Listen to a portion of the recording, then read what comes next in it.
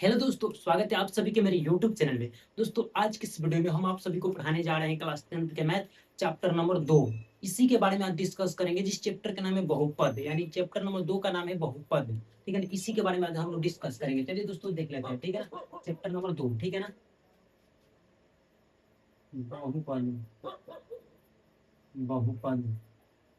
ठीक है ना, चैप्टर नंबर 2 है बहुपद। ठीक है ना, आज इसी के बारे में हम लोग डिस्कस करेंगे। ठीक है ना, चलिए सबसे पहले बाबू जान लेते हैं कि बहुपद किसे कहते हैं। ठीक है ना, यानी सबसे पहले जान लेते हैं कि बहुपद किसे कहते हैं। ठीक है ना, देखिए एकदम बेसिक से आप सभी को पढ़ाएंगे। ठीक है ना, एकदम बेसिक से, एकदम जीरो लेवल से आप सभी को आज हम सिखाएंगे। ठीक है ना, चलिए सबसे पहले जानेंगे बहुपद किसे कहते हैं।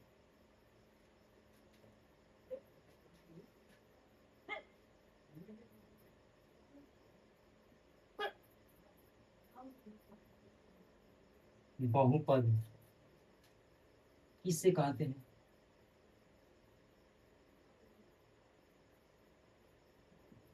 किसे कहते हैं, बहुपद किसे कहते हैं। लिखेंगे, इसका आंसर लिखेंगे बाबू।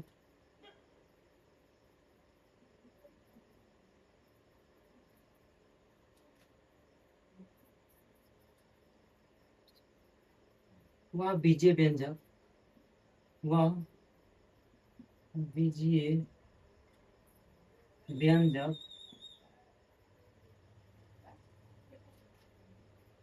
वह बीजीय व्यंजक जिसमें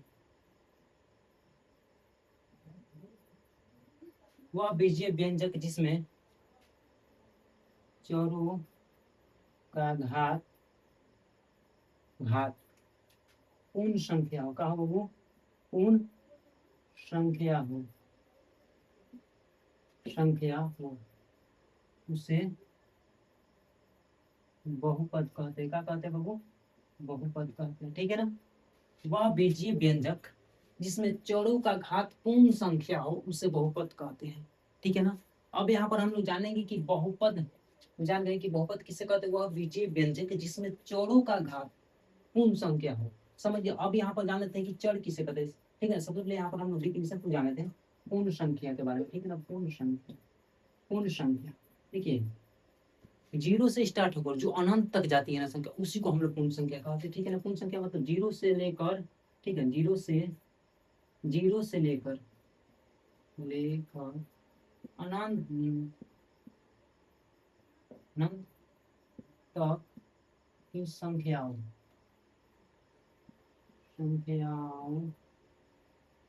को पूर्ण संख्या कहते हैं, संख्या कहते हैं। ठीक है, जैसे में लिखेंगे यहाँ पर, जैसे में जीरो से लेकर अनंत तक की संख्याओं को पूर्ण संख्या कहते हैं। जैसे में जीरो से लेकर एक, दो हो जाएगा, तीन हो जाएगा, चार हो जाएगा, ऐसे आपका जाता रहेगा। ठीक है ना, ईटीसी कर देंगे। ठीक है ना, यानी पूर्ण संख्या किससे कहते हैं? जीरो से लेकर अनंत तक की संख्याओं को पूर्ण संख्या कहते हैं। जैसे में जीरो, एक, दो, तीन, चार, पाँच, छह इत्यादि। ठीक है ना, अब यहाँ पर हम लोग समझेंगे कि चर बोल रहे हैं तो चर आपको पहले हम पढ़ा चुके हैं। ठीक है ना, चर किसे कहते थे? एबीसीडी के अक्षर को चर कहते हैं। चर किसे कहते हैं, यहाँ पर इसका भी डिफिनेशन लिख देते हैं, फिर बाद में जानेंगे चर और अचर। ठीक है ना, लेकिन अभी हम लोग समझने के लिए थोड़ा यहाँ पर लिख देते हैं। ठीक है ना, चर किसे कहते हैं? चर ए बी सी डी के अक्षर अक्षर को चर कहते हैं। ठीक है ना, एबीसीडी के अक्षर को चर कहते हैं, या जिस राशि का मान बदलता रहता है उसे चर कहते हैं। जिस राशि का मान बदलता रहता है उसे भी चर कहते हैं, या एबीसीडी के अक्षर को चर कहते हैं। याद हो जाएगा ना। चलिए, अब यहाँ पर बहुपद तो समझ गए कि वह बीजीय व्यंजक जिसमें चर, चर का मतलब क्या है? एबीसीडी का कोई भी अक्षर जिसका घात पूर्ण संख्या में हो। जैसे मान लीजिए यहाँ पर देखिए, जैसे मैं यहाँ पर ले लीजिए उदाहरण के लिए। ठीक है ना, उदाहरण के लिए, उदाहरण के लिए, ठीक है ना, यानी एग्जाम्पल। ठीक है ना, एग्जाम्पल। ठीक है ना, जैसे मान लीजिए एक्स, एक्स क्या है बाबू? तो एक्स एक बहुपद है। क्या है? बहुपद है, क्योंकि इसका घात क्या है? पूर्ण संख्या में है। पूर्ण संख्या में है कि नहीं? इसका घात यहाँ पर एक छिपा है। ये क्या है? छिपा है। ये क्या है? बहुपद है। क्या है? बहुपद है। ठीक है ना, क्या है? बहुपद है। समझ में आ रहा है ना। अब देखिए, जैसे हो जाएगा x+1 हो जाएगा, इसका भी क्या है? घात छिपा है, ठीक है। इसका भी घात क्या है, पूर्ण संख्या में है, ठीक है ना। इसका भी घात क्या है, पूर्ण संख्या, यानी यहाँ पर एक छिपा है, ठीक है। ये भी बहुपद है, ठीक है ना। अब यहाँ पर देखिए, मान लीजिए बहुपद एक और चिन्ह है, ठीक है ना। एक और देख लेते हैं, जैसे मान लीजिए एक्स स्क्वायर प्लस के 2x प्लस के 1, ये भी क्या है, वो बहुपद है, ठीक है। ये भी क्या है, बहुपद है, ये भी क्या है, बहुपद है, ये भी बहुपद है, ठीक है ना। यानी हो जाएगा आपका ईटीसी, ईटीसी बहुत सारा हो सकता है बहुपद, ठीक है ना। लिख देंगे बहुपद, समझ में आ गया कि चौरों का घात पूर्ण संख्या में होना चाहिए, यानी जिसका चर का घात, एक यहाँ पर एक है, एक पूर्ण संख्या में आता है, दो भी पूर्ण संख्या में आता है, ठीक है। अगर माइनस लग जाएगा ना, इसमें माइनस अगर लग जाएगा तो वो बहुपद नहीं होगा, समझ में आ रहा है ना, बहुपद नहीं होगा। अब हम जानेंगे कि बहुपद को कैसे पहचाने, ठीक है ना। बहुपद को कैसे पहचानना है, यानी तुरंत देखते आपको पहचाना है कि बहुपद है कि नहीं है। चलिए इसके लिए हम लोग लिखेंगे बहुपद को कैसे पहचाने, ठीक है ना। बहुपद को कैसे पहचाने लिखेंगे, बहुपद, बहुपद को, बहुपद को कैसे, बहुपद को कैसे पहचाने, बहुपद को कैसे पहचाने, ठीक है। बहुपद को कैसे पहचाने, ठीक। इसके लिए क्या करेंगे बाबू, लिखेंगे आप हम बहुपद को निम्नलिखित तरीकों से पहचान सकते हैं, लिखेंगे उत्तर में, बहुपद को निम्न तरीकों से पहचानते, बहुपद को निम्न तरीकों से पहचान सकते हैं, यानी समझिए बहुत सारे तरीका है बहुपद पहचानने का, ठीक है ना। अब यहाँ पर जानेंगे 1 नंबर, ठीक है ना। 1 नंबर हमारा तरीका क्या है, फर्स्ट नंबर तरीका क्या है बहुपद पहचानने का। देखिए फर्स्ट नंबर हमारा तरीका है कि चर, जो चर रहेगा बाबू, चर रूट के अंदर नहीं होना चाहिए। जैसे चर रूट के अंदर, चर रूट के अंदर अंदर नहीं होना चाहिए, चर रूट के अंदर नहीं होना चाहिए। अगर चर रूट के अंदर हो जाएगा ना तो बहुपद नहीं होगा, समझ में आ रहा है ना। चर रूट के अंदर नहीं, जैसे ऐसे मान लीजिए यहाँ पर यहाँ पर रूट अंदर एक्स है, ठीक है। तो मान लीजिए 2x हो गया प्लस के 20 हो गया, ये बहुपद बाबू नहीं है, ये बहुपद नहीं है, समझ में आ रहा है ना, बहुपद नहीं है। क्योंकि चर यहाँ पर क्या बोल रहा है कि चर रूट के अंदर नहीं है, होना चाहिए। तो यहाँ पर चर रूट के अंदर है, रूट के अंदर चर है कि नहीं, ये बहुपद नहीं, नहीं होगा, ठीक है ना। ये बहुपद नहीं होगा, समझ में आ रहा है ना। चर रूट के अंदर अगर दिखाई आपको देगा तो समझिए को बहुपद नहीं है बाबू, बहुपद नहीं है, ठीक है ना। ऐसे ऐसे यहाँ पर लिख देते हैं एग्जाम्पल के लिए, एग्जाम्पल के लिए लिख देते हैं 2x, ठीक है ना। लिख देते हैं 2√x प्लस 2x हो जाएगा प्लस माइनस 10 से हो जाएगा, ठीक है। ये बाबू बहुपद नहीं है, क्योंकि यहाँ पर रूट चर के अंदर है, यहाँ पर दिखाई दे रहा है ना, यहाँ पर आपको दिखाई दे रहा है क्या है, रूट के अंदर चर है, तो ये बहुपद नहीं होगा, याद रखिए बहुपद नहीं होगा, ठीक, बहुपद नहीं है। रूट के अंदर आएगा ये बहुपद, या बहुपद नहीं होगा, नहीं होगा, समझ में आ रहा है ना। रूट के अंदर चर रहेगा तो बहुपद नहीं होगा, ठीक है ना। अब दूसरा देख लेते हैं, ठीक है, दूसरा देख लेते हैं, चर का घात, ठीक है ना। चर का घात माइनस में नहीं होना चाहिए, क्या माइनस में, माइनस में नहीं होना चाहिए, माइनस में नहीं, यानी ऋणात्मक संख्या में नहीं होना चाहिए। क्योंकि यहाँ पर पूर्ण संख्या ऋणात्मक में थोड़ी होता है, पूर्ण संख्या बाबू क्या प्लस में होता है, धनात्मक में होता है। तो ऋणात्मक में अगर हो जाएगा ना चर का घात, तो वो बहुपद नहीं होगी। जैसे मान लीजिए यहाँ पर लिख दे रहे हैं, ठीक है ना। देखिए यहाँ समझिए, जैसे मान लीजिए एक्स स्क्वायर यहाँ पर 2 हो जाएगा, तो ये क्या है, बहुपद नहीं है, बहुपद नहीं होगा, बहुपद नहीं होगा, ठीक है ना। माइनस अगर आपको दिखाई दे देगा घात के रूप में तो बहुपद नहीं होगा, याद रखिए, ठीक है ना। माइनस के रूप में अगर दिखाई दे देगा घात तो बहुपद नहीं होगा, समझ में आ रहा है ना। चलिए अगला लिखेंगे 3 नंबर पॉइंट, ठीक। 3 नंबर हमारा पॉइंट है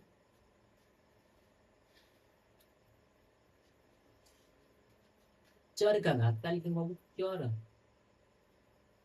चर का घात हीन में नहीं होना चाहिए, हीन में नहीं होना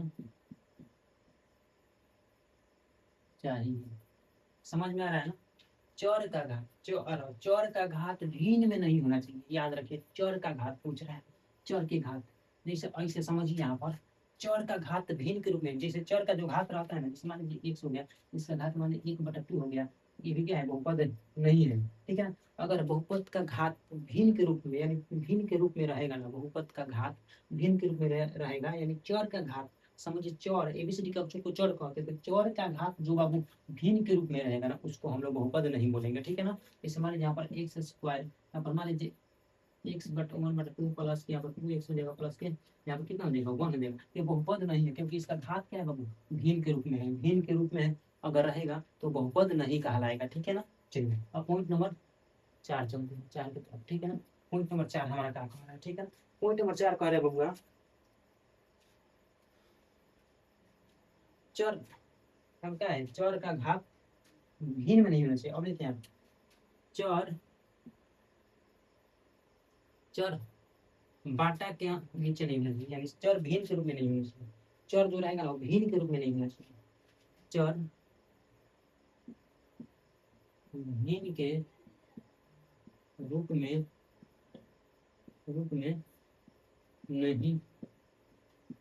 होना चाहिए, चर भिन्न के रूप में नहीं होना चाहिए। चर जैसे मान लीजिए यहाँ पर क्या है, चर है, भिन्न के रूप में आपको दिखाई देगा, भिन्न के रूप में ऐसा अगर दिखाई देगा तो समझिए कि बहुपद नहीं है, क्या है बाबू, बहुपद नहीं है, समझ में आ रहा है ना।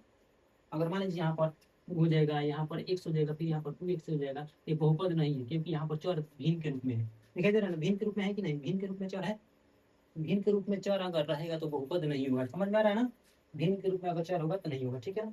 चलिए अब यहाँ पर तो आपको समझ में आएगा, क्योंकि पूर्ण संख्या बाबू केवल पूर्ण संख्या घात में होना चाहिए, केवल पूर्ण संख्या, एबीसीडी के अक्षर में अगर पूर्ण संख्या रहेगा ना, उसे घात में समझिए को बहुपद 100% होगा, समझ में आ रहा है ना। क्योंकि भिन्न के रूप में पूर्ण संख्या नहीं रहता है, नहीं ना रहता है, माइनस में पूर्ण संख्या नहीं रहता है, ठीक है ना, समझ में आ रहा है ना, ना भिन्न के रूप में रहता है, ना माइनस के रूप में रहता है, ना दशमलव के रूप में रहता है। तो यहाँ पर पॉइंट नंबर 5 लिख देंगे, लिखेंगे चर का घात 10 के रूप में नहीं नहीं नहीं होना चाहिए, नहीं होना चाहिए, ठीक है ना, चाहिए, ठीक है ना। चर का घात दशमलव के रूप में नहीं होना चाहिए, जैसे ऐसे यहाँ पर समझ होगा, जैसे मान लीजिए यहाँ पर 2.8 दशमलव में भिन्न पूर्ण संख्या है, पूर्ण संख्या दशमलव है नहीं है, ये भी क्या है, बहुपद नहीं है। सही से मान लीजिए यहाँ पर x हो गया है, 10.2 हो गया, प्लस क्या 2x हो गया, ये x हो गया, ये बहुपद बिल्कुल नहीं है, क्या है, दशमलव, ये बहुपद नहीं है, समझ में आ रहा। अगर जिस संख्या का, जिस समझिए चर का घात, अगर देखिए यहाँ पर समझिए पॉइंट नंबर 1 पर चलते हैं फिर से, ठीक है ना। चर रूट के अंदर नहीं होना चाहिए बहुपद, ठीक है ना। यहाँ पर हम लोग एग्जाम्पल कुछ लेके समझा देते हैं आपको, ठीक है ना। चलिए यहाँ पर एग्जाम्पल लेके कुछ समझा देते हैं आपको, ठीक है ना। अब बोल रहा है पॉइंट नंबर 1 पर चलते हैं, ठीक है ना, चर रूट के अंदर नहीं होना चाहिए, ठीक है ना। यहाँ पर जैसे मान लीजिए ऐसे, अगर ऐसे आपको दिखाई देगा, ऐसा आपको दिखाई देगा, ठीक है ना, ये बहुपद नहीं है, याद रखना, ये बहुपद नहीं है, क्योंकि चर रूट के अंदर है, ठीक है ना। चर रूट के यहाँ पर क्या कह रहा है, चर रूट के अंदर नहीं होना चाहिए, तो चर रूट के अंदर नहीं होना चाहिए, चर अगर रूट के अंदर होगा तो ये बहुपद नहीं होगा, तो यह बहुपद नहीं है, समझ में आ रहा है ना, नहीं है। अब यहाँ पर बोल रहा है ना, चर का घात माइनस में नहीं है, देखिए बाबू ऐसे मान लीजिए यहाँ पर 2x² माइनस अगर यहाँ पर दे देंगे, प्लस यहाँ पर 11x प्लस के, ठीक है ना। यहाँ पर हम लोग 5 दे देते हैं, कुछ भी दे देते हैं, ठीक है ना। मान लीजिए यहाँ पर कुछ भी हम समझने के लिए दे रहे हैं, ठीक है ना, यहाँ पर समझने के लिए, यहाँ पर माइनस है ना, इसका घात माइनस में है, माइनस में कितना है, 2 है। यहाँ पर क्या बोल रहा है, चर का घात माइनस में यानी ऋणात्मक संख्या में नहीं होना चाहिए, तो यहाँ पर ऋणात्मक संख्या में है, ये भी क्या है, यह बहुपद बहुपद नहीं है, बहुपद नहीं है, समझ में आ रहा है ना, बहुपद नहीं है, समझ में आ रहा है, समझ में आ रहा है। चलिए अब हम चलते हैं पॉइंट नंबर 3, ठीक है ना। पॉइंट नंबर 3 कर रहे हैं चर का घात भिन्न में नहीं हो, आ रही है चर का घात, इसे मान लीजिए यहाँ पर ऐसे है, चर का घात भिन्न नहीं है, जैसे मान लीजिए 1/2 प्लस 2x प्लस के यहाँ पर 1। ठीक, अगर ऐसे दिखाई देगा, सॉरी यहाँ पर 2 डाल देते, ठीक है ना, 2 डाल देते, ठीक। अगर भिन्न के रूप में दिखाई देगा, इसका घात, चर का घात, इसको तो हम लोग चर बोलते हैं, क्या बोलते हैं, चर बोलते हैं, चर बोलते हैं ना, ठीक है ना, चर बोलते हैं, ठीक। यहाँ पर देखिए, चर का घात पूछ रहा है, ठीक है ना, चर का घात, मतलब तरीका करें कि चर का घात सर भिन्न के रूप में नहीं होगा, चर का घात भिन्न में नहीं होंगे, तो चर का घात यहाँ पर भिन्न में है कि नहीं, भिन्न में, तो ये भी बहुपद नहीं है, तो यह बहुपद नहीं है। समझ में आ रहा है, नहीं है, समझ में आ रहा है ना। चलिए पॉइंट नंबर 4 की तरफ चलते हैं।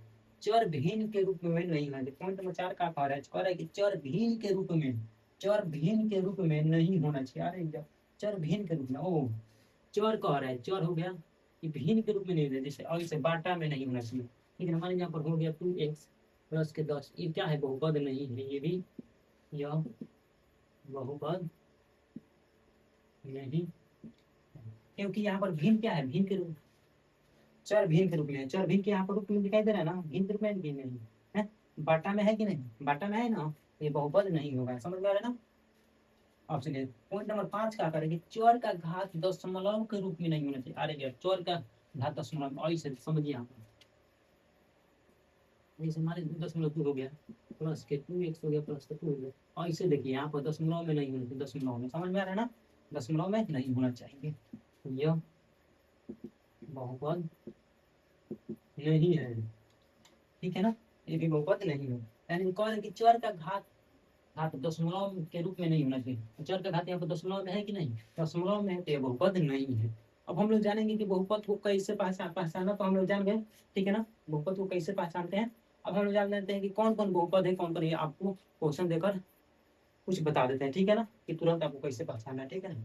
आपको तो समझ में आ गया होगा कि बहुपद को कैसे पहचाना है। जो रूट के अंदर चर रहेगा उसको बहुपद नहीं कहेंगे, माइनस में इसका घात रहेगा तो बहुपद नहीं रहेगा, भिन्न के रूप में अगर घात दिखेगा तो बहुपद नहीं रहेगा, अगर चर भिन्न के रूप में रहेगा तो बहुपद नहीं होगा, ठीक है ना। चर का घात अगर दशमलव में रहेगा तो बहुपद नहीं होगा। तो पॉइंट हम 5 बोली, पांचों पॉइंट को आपको क्या करना है, याद कर लेना है, तब आपको बहुपद बहुपद बहुपद पहचानने में तुरंत पहचान लेंगे, बहुपद पहचानने में देर नहीं लगेगा, ठीक है ना, समय नहीं लगेगा, बस देखेंगे बस तुरंत बता देंगे, ठीक है ना। समझ में रहा है ना। पॉइंट हमारी 5 आपको क्या करना है, 1 से लेकर 5 तक आपको क्या करना है, याद कर लेना। अगर याद कर लेते हैं ना तो 100% बाबू हम गारंटी लेते हैं ना कि आपको बहुपद पहचानने में ना मात्र 5 सेकंड लगेगा, 5 सेकंड, बस आंख से देखेंगे बस तुरंत बता देंगे इसके आंसर। समझ में आ रहा है ना, इसको आप नोट कर लीजिए, ठीक है ना। चलिए हम चलेंगे बहुपद के प्रकार पर, ठीक है ना, इसको नोट कर लीजिए फटाफट। थोड़ा पानी पी लें, प्यास लग गया है।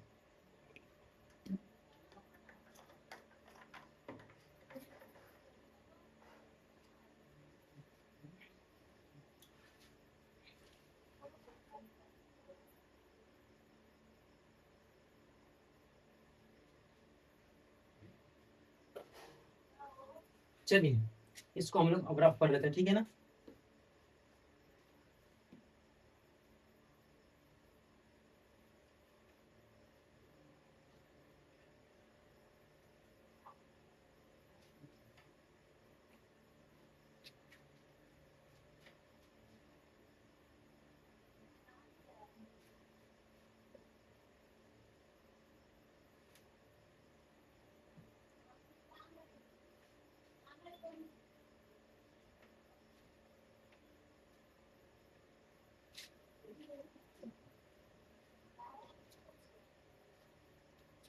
चलिए बाबू, अब हम लोग जानेंगे बहुपद कितने प्रकार के होते हैं, बहुपद के प्रकार पढ़ेंगे, ठीक है ना। देंगे बहुपद को दो आधारों, ठीक है ना, बहुपद को दो आधार, बहुपद को दो आधारों पर बांटा गया गया है, ठीक है ना। बहुपद को दो आधारों पर बांटा गया है, ठीक है ना, बहुपद को कितने आधारों पर, दो आधारों पर बांटा गया है, ठीक है ना। लिखेंगे बांटा गया, बहुपद को दो आधारों पर बांटा गया, ठीक है ना। फर्स्ट नंबर हमारा लिखेंगे, अब फर्स्ट नंबर लिखेंगे पदों के आधार पर, ठीक है, लिखेंगे बाबू पदों के आधार पर, पदों के आधार पर, पदों के आधार पर, ठीक है ना। दूसरा हमारा हो जाएगा धातु के आधार पर, धातु के आधार पर। बहुपद को दो आधारों पर बांटा गया है, पदों के आधार पर और धातु के आधार पर। समझ में आ रहा है ना। अगर आपसे कोई पूछेगा कि बहुपद कितने प्रकार के होते हैं, तो आपको बोलना है कि बहुपद को दो आधार पर बांटा गया है, एक पद के आधार पर, एक घात के आधार पर। समझ में आ रहा है ना। अब कोई पूछेगा आपसे कि पद के आधार पर बहुपद कितने प्रकार के होते हैं और घात के आधार पर बहुपद कितने प्रकार के होते हैं, आइए हम लोग जानते हैं, ठीक है ना। चलिए हम लिखेंगे पदों के आधार पर, बहुपद का प्रकार, ठीक है ना। करते हैं पदों के आधार पर। तो सबसे पहले आता है हमारा, लिख देते हैं रैखिक बहुपद, यानी एक पदी बहुपद, ठीक है ना। एक पदी बहुपद, एक पदी बहुपद, ठीक है ना। दूसरा हमारा आता है वो द्विपदी बहुपद, ठीक है ना। द्विपदी बहुपद, द्विपदी बहुपद।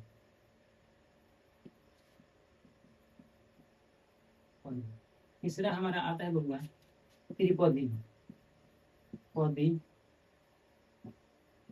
बहुपद, ठीक है ना। मतलब तीन तक हमको पढ़ना होता है, पद के आधार पर तीन तक पढ़ना होता है, ठीक है ना। एक पदी बहुपद, द्विपदी बहुपद, त्रिपदी बहुपद, ठीक है ना। तीन पद आपको पढ़ना होता है, यानी त्रिपदी तक, ठीक है ना। पदों के आधार पर बहुपद कितने प्रकार के होते हैं, याद रखना तीन प्रकार आपको पढ़ना होता है। प्रकार तो बहुत होता है, लेकिन आपको तीन प्रकार तक ही पढ़ना होता है क्लास 10 में, ठीक है ना। हम लोग जानेंगे आपको कि एक पदी बहुपद किसे कहते हैं। लिखेंगे यहाँ पर एक पदी बहुपद, एक पदी, एक पदी बहुपद, एक पदी बहुपद, एक पदी बहुपद किसे कहते हैं। एक पद जो एक पद में होता है, यहाँ पर समझिए। इसे ये हो गया आपका एक पद है, एक पद हो गया। इसमें एक दो लगा देंगे तो दो पद हो गया, इसमें एक और एक डाल के एक और 10 लिख देंगे, तीन पद हो गया। समझ में आ रहा है ना। तो एक पद वाले बहुपद को एक पदी बहुपद कहते हैं, दो पद वाले बहुपद को द्विपदी बहुपद कहते हैं, तीन पद वाले बहुपद को होगा त्रिपदी बहुपद कहते हैं। समझ में आ रहा है ना। एक पद वाले बहुपद को एक पदी बहुपद कहते हैं, और दो पद वाले बहुपद को द्विपदी बहुपद कहते हैं, और थ्री पद वाले बहुपद को त्रिपदी बहुपद कहते हैं। समझ में आ रहा है ना। चलिए इसका हम लोग इसका डिफिनेशन लिख लेते हैं, ठीक है। इसका परिभाषा लिख लेते हैं। एक पद वाले बहुपद को, एक पद वाले बहुपद को एक पदी बहुपद कहते हैं, ठीक है ना। एक पद वाले बहुपद को एक पदी बहुपद कहते हैं। समझ में आ रहा है ना। जो एक पद में रहेगा, माने एबीसीडी, बस एबीसीडी लिख देंगे, ये क्या है बहुपद है। समझ में आ रहा है ना। तो ये क्या है बबुआ, बहुपद है। समझ में आ रहा है ना। ये क्या है बबुआ, तो बहुपद है। ये क्या है बबुआ, तो बहुपद है। ये भी क्या है, ये भी बहुपद है। समझ में आ रहा है ना। एक पद में रहेगा, एक पद में रहेगा, उसको हम लोग एक पदी बहुपद करेंगे, ठीक है ना। अब यहाँ पर समझ में आ रहा है ना, एक पद में जो रहेगा, ठीक है। यहाँ पर लिख लेंगे दो हो जाएगा, थ्री हो जाएगा, ईटीसी बहुत हो जाएगा, ठीक है ना। यानी समझ में आ रहा है ना।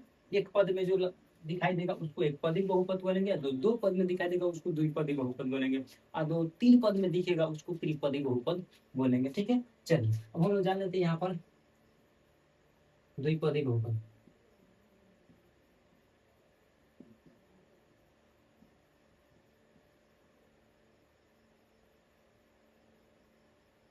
द्विपदी बहुपद, ठीक है ना। देखिए दो पद वाले बहुपद को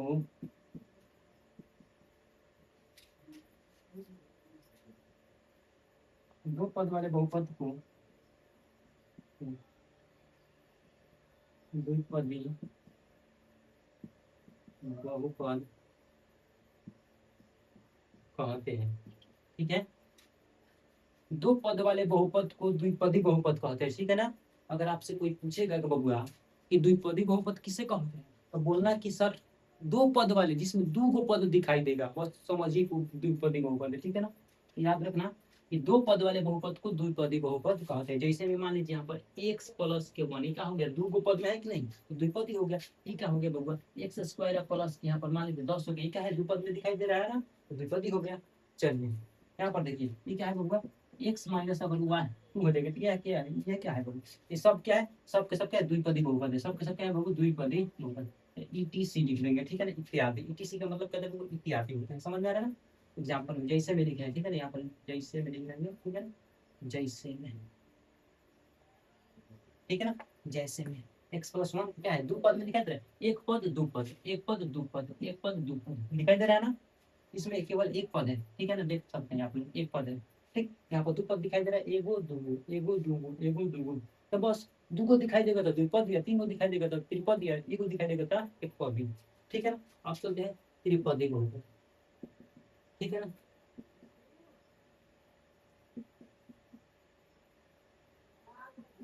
त्रिपदी बहुपद, त्रिपदी बहुपद किससे कहते हैं, देखिए त्रिपदी बहुपद, लेकिन तीन तीन पद वाले बहुपद को, तीन पद वाले बहुपद को त्रिपदी बहुपद कहते हैं, ठीक है ना। तीन पद वाले बहुपद को त्रिपदी बहुपद कहते हैं, समझ में आ रहा है ना। जो तीन पद में दिखाई दे देगा, समझिए कि त्रिपदी बहुपद हो जाएगा, ठीक है ना। चलिए कौन से अब दिखाई देगा यहाँ पर होगा, समझिए, लिखेंगे जैसे में एक्स स्क्वायर प्लस के एक्स प्लस के वन, ठीक है ना, तीन गो पद हो गया, एगो पद दू गो पद तीन गो पद तो त्रिपदी, और दू गो पद तो द्विपदी, और एगो पद तो एक पदी, समझ में आ रहा है ना।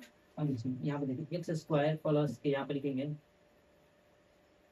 कितना लिखेंगे बाबू, यहाँ पर हो जाएगा हमारा कितना, 5x लिख देंगे, यहाँ पर 2x स्क्वायर, यहाँ पर लिखेंगे सॉरी, यहाँ पर लिखेंगे 7x प्लस के 5, ठीक, ठीक है। ये क्या है, बहुपद है, यानी तीन पद में दिखाई दे रहा है ना आपको, यहाँ पर एक पद दो पद तीन पद है, त्रिपदी, ये समझ में आ रहा है ना, त्रिपदी बहुपद हो गया, ठीक है ना। चलिए और लिख दें, एक्स स्क्वायर प्लस के 11 एक्स प्लस के 30 ETC, ETC, समझ में आ रहा है ना, ये क्या है, तीन पदी बहुपद है, यानी त्रिपदी बहुपद है, ठीक है ना। एक पद दो पद तीन पद, जिसमें तीन पद दिखाई देगा उसको त्रिपदी बोलेंगे, जिसमें दो पद दिखाई देगा उसको द्विपदी, और जिसमें एक वो देखेगा वो एक पद ही हो जाएगा। बस इसको आप लोग नोट कर लीजिए ना, नोट करिए।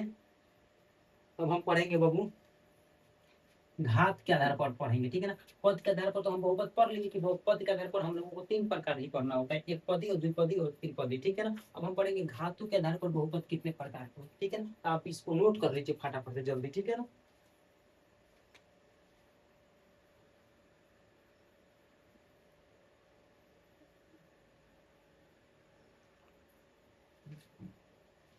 चलिए इसको हम रफ कर देते हैं, ठीक है ना। चलिए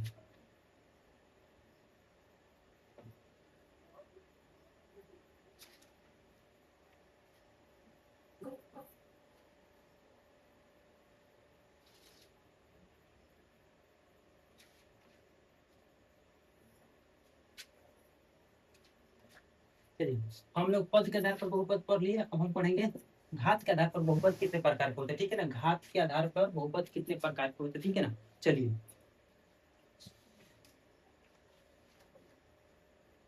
चलिए लिखेंगे घात के आधार पर बहुपद, यहाँ पर देखिए घात के आधार पर बहुपद निम्न प्रकार का होता है, ठीक है ना। घातों के आधार पर बहुपद बहुपद निम्न प्रकार के होता है, ठीक है ना। घातों के आधार पर बहुपद निम्न प्रकार का होता है, याद रखना, ठीक है ना। धातु के आधार पर बहुपद कितने प्रकार का होता है, धातु के आधार पर बहुपद निम्न प्रकार का होता है, ठीक है ना। मतलब इसमें भी मिनिमम आपको कितना तीन तक लगे पढ़ना है, ठीक है ना। चलिए फर्स्ट नंबर क्या होता है, घातु का आधार पर बहुपद तीन प्रकार के होते हैं, याद रखना, ठीक है ना, तीन ही प्रकार मतलब पढ़ना होता है, ठीक है। लिखेंगे, पहला हमारा हो जाएगा रेखिक, रेखिक बहुपद या एक या घातीय बहुपद, ठीक है ना, या एक घातीय बहुपद, समझ में आ रहा है ना।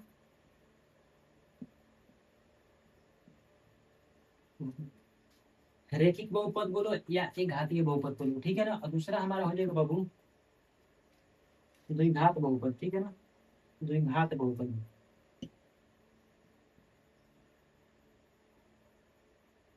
द्विघात बहुपद मतलब द्विघात बहुपद हो जाएगा, ठीक है ना। दूसरा हमारा क्या हो जाएगा, द्विघातीय बहुपद या द्विघात बहुपद, ठीक है ना। ये बहुपद, और तीसरा हमारा हो जाएगा त्रिघातीय बहुपद,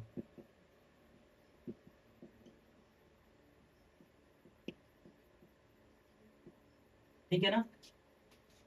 रेखिक बहुपद का दूसरा नाम है एक घातीय बहुपद, द्विघातीय बहुपद, त्रिघातीय बहुपद, ठीक है ना। यानी घातों के आधार पर बहुपद हमको तीन प्रकार ही करना होता है, ठीक है ना। चलिए तो सबसे पहले हम जानेंगे रेखिक बहुपद किसे कहते हैं या एक घातीय बहुपद किसे कहते हैं, ठीक है ना। एक नंबर आगे यहाँ पर लिखेंगे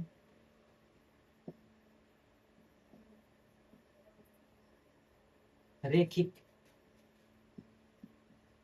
बहुपद, रेखिक बहुपद, ठीक है ना, रेखिक बहुपद। तो रेखिक बहुपद किससे कहते हैं बाबू, देखो रेखिक बहुपद बिना घात वाले बहुपद को रेखिक बहुपद कहते हैं, मतलब जिसमें घात दिखाई नहीं देता है, समझ में आ रहा है ना, जिसमें घात दिखाई नहीं देगा ना उसी को हम लोग रेखिक बहुपद बोलते हैं। लिखेंगे एक घात वाले बहुपद को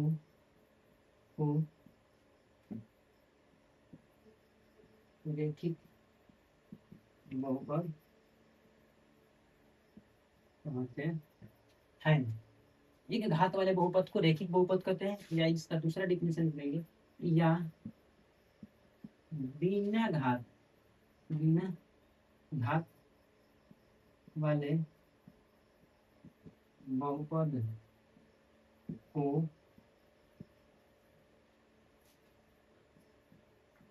रेखिक बहुपद कहते हैं, समझ में आ रहा है ना।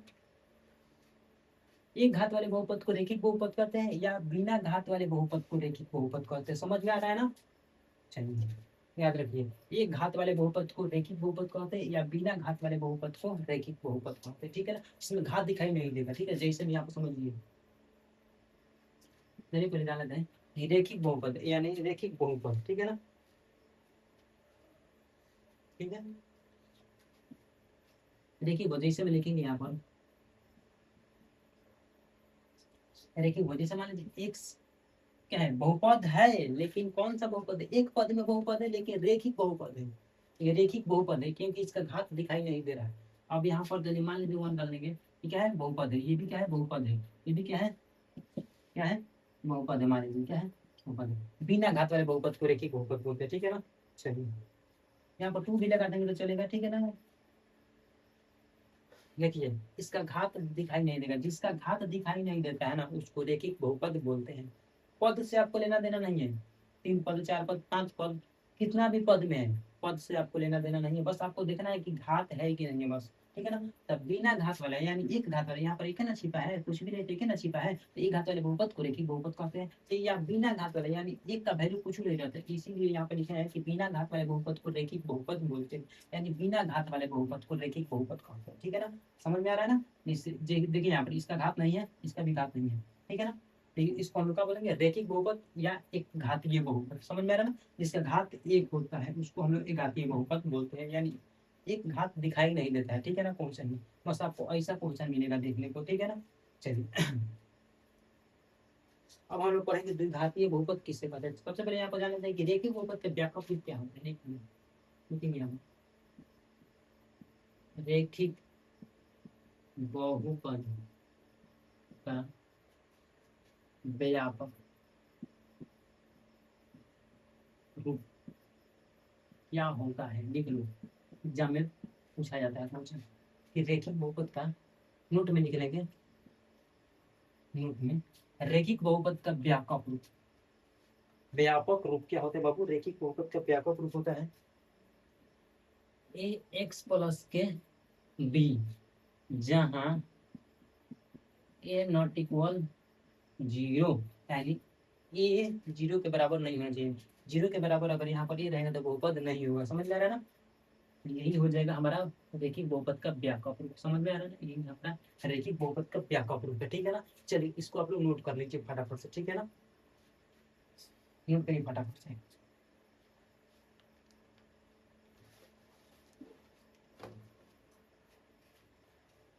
नोट करो फटाफट से।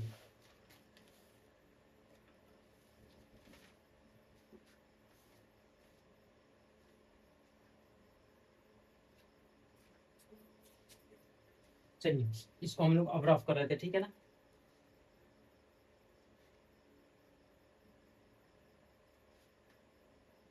चलिए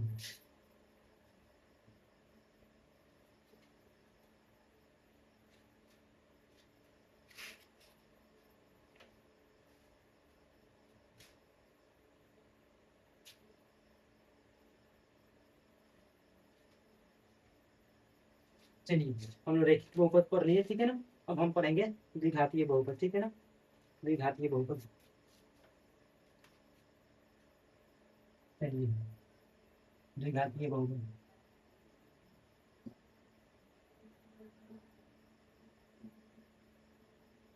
द्विघातीय बहुपद, ठीक है ना? तो लिखेंगे दो घात वाले बहुपद को द्विघातीय बहुपद करते हैं, ठीक है ना? दो घात वाले लिखेंगे, इसका डिफिनेशन कैसे लिखेंगे बाबू? दो घात वाले वाले दो घात वाले, दो घात वाले बहुपद, दो घात वाले बहुपद को द्विघातीय बहुपद कहते हैं, ठीक है ना? दो घात वाले बहुपद को द्विघातीय बहुपद कहते हैं, ठीक है ना? अगर आपसे कोई पूछेगा कि द्विघातीय बहुपद किसे कहते हैं, ठीक है ना? अगर आपसे कोई पूछेगा कि द्विघातीय बहुपद किसे कहते हैं, तो बोलना कि दो घात वाले बहुपद की द्विघातीय बहुपद कहते हैं। यानी द्विघात बहुपद किसे कहते हैं? तो जिसमें दो गो घात दिखाई देगा, ऐसे मान लीजिए यहाँ पर ऐसे दिखाई देगा, तो बबुआ बोल देना फटाक देकर, सर जी द्विघातीय बहुपद है, क्या है? द्विघातीय बहुपद है, ठीक है ना? लिखेंगे जैसे में यहाँ पर लिखेंगे,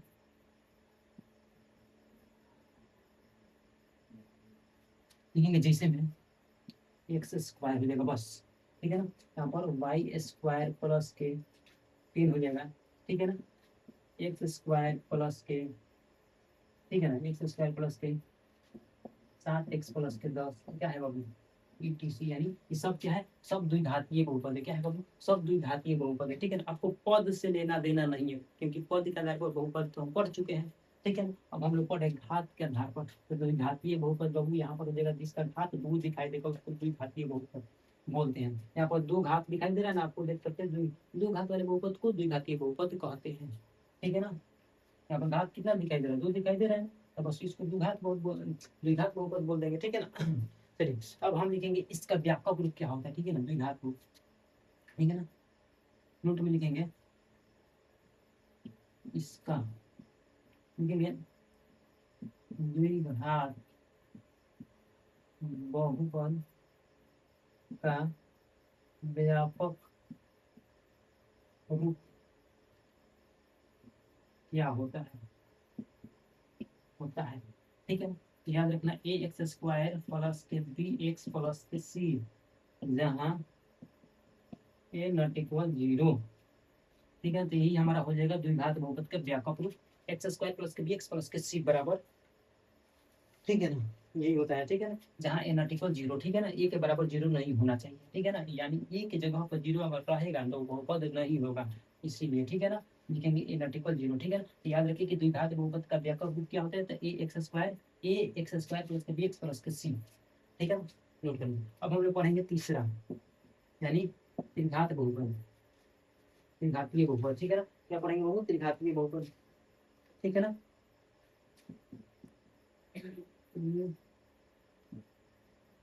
त्रिघातीय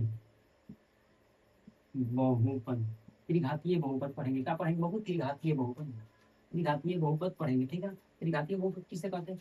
तीन घात वाले, तीन घात वाले बहुपद को त्रिघातीय बहुपद कहते हैं। ठीक है ना, तीन घात वाले बहुपद को त्रिघातीय बहुपद कहते हैं। समझ में आ रहा है ना? जिसका घात तीन हो, तो इसे मान लीजिए ऐसे यार, समझ में त्रिघातीय है, तीन घात दिखाई दे रहा है त्रिघातीय है। ठीक है ना, तीनों घात दिखाई देगा तो त्रिघातीय बोलना है। ठीक है ना, चलिए यहाँ पर और ले लेते हैं, और इसका दो चार बोर्ड ले लेते हैं उदाहरण। ठीक है ना, एक्स क्यूब प्लस के एक्स स्क्वायर प्लस के एक्स प्लस 1, ये भी क्या है? आपको पद से लेना देना नहीं है, बस आपको घात देखना है। जिसका घात 3 दिखाई देगा उसको त्रिघातीय बहुपद बोलेंगे, जिसका घात 2 दिखाई देगा उसको द्विघातीय बहुपद बोलेंगे, और बिना जो घात का होगा उसको रैखिक बहुपद या एक घातीय बहुपद बोलेंगे। तो ठीक है, लिख देंगे यहाँ पर ETC, यानी बहुत सारा है। ठीक है ना, चलिए अब हम लिखेंगे इसका व्यापक रूप। नोट में लिखेंगे, नोट में त्रिघातीय बहुपद का व्यापक रूप, त्रिघातीय बहुपद का व्यापक रूप क्या होता है? क्या होता है? ठीक है ना, क्या होता है? तो लिखेंगे यहाँ पर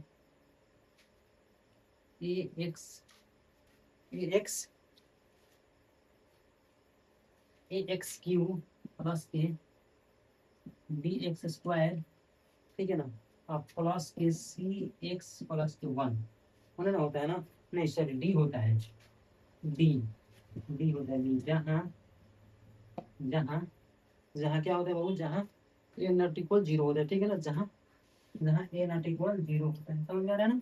चलिए ये हमारा हो जाएगा त्रिघात बहुपद का व्यापक रूप। याद रखना, त्रिघात बहुपद का व्यापक रूप क्या होता है? ए एक्स क्यूब प्लस के बी एक्स स्क्वायर प्लस के सी एक्स प्लस के डी। ठीक है ना, ये त्रिघात बहुपद का व्यापक रूप याद कर लेना, परीक्षा में आपको आता है, यानी एग्जाम में बार बार पूछा जाता है व्यापक रूप क्या होता है, द्विघात बहुपद का व्यापक रूप, त्रिघात बहुपद का व्यापक रूप और रैखिक बहुपद का व्यापक रूप क्या होता है। ठीक है ना, आई होप आपको समझ में सारा क्वेश्चन आ गया होगा। फिर हम देखेंगे कल नेक्स्ट वीडियो में जो बाकी बचा है परिभाषा हम लोग कल पढ़ेंगे। ठीक है ना, चलिए तब तक के लिए थैंक यू, बाय, जय हिंद, जय भारत।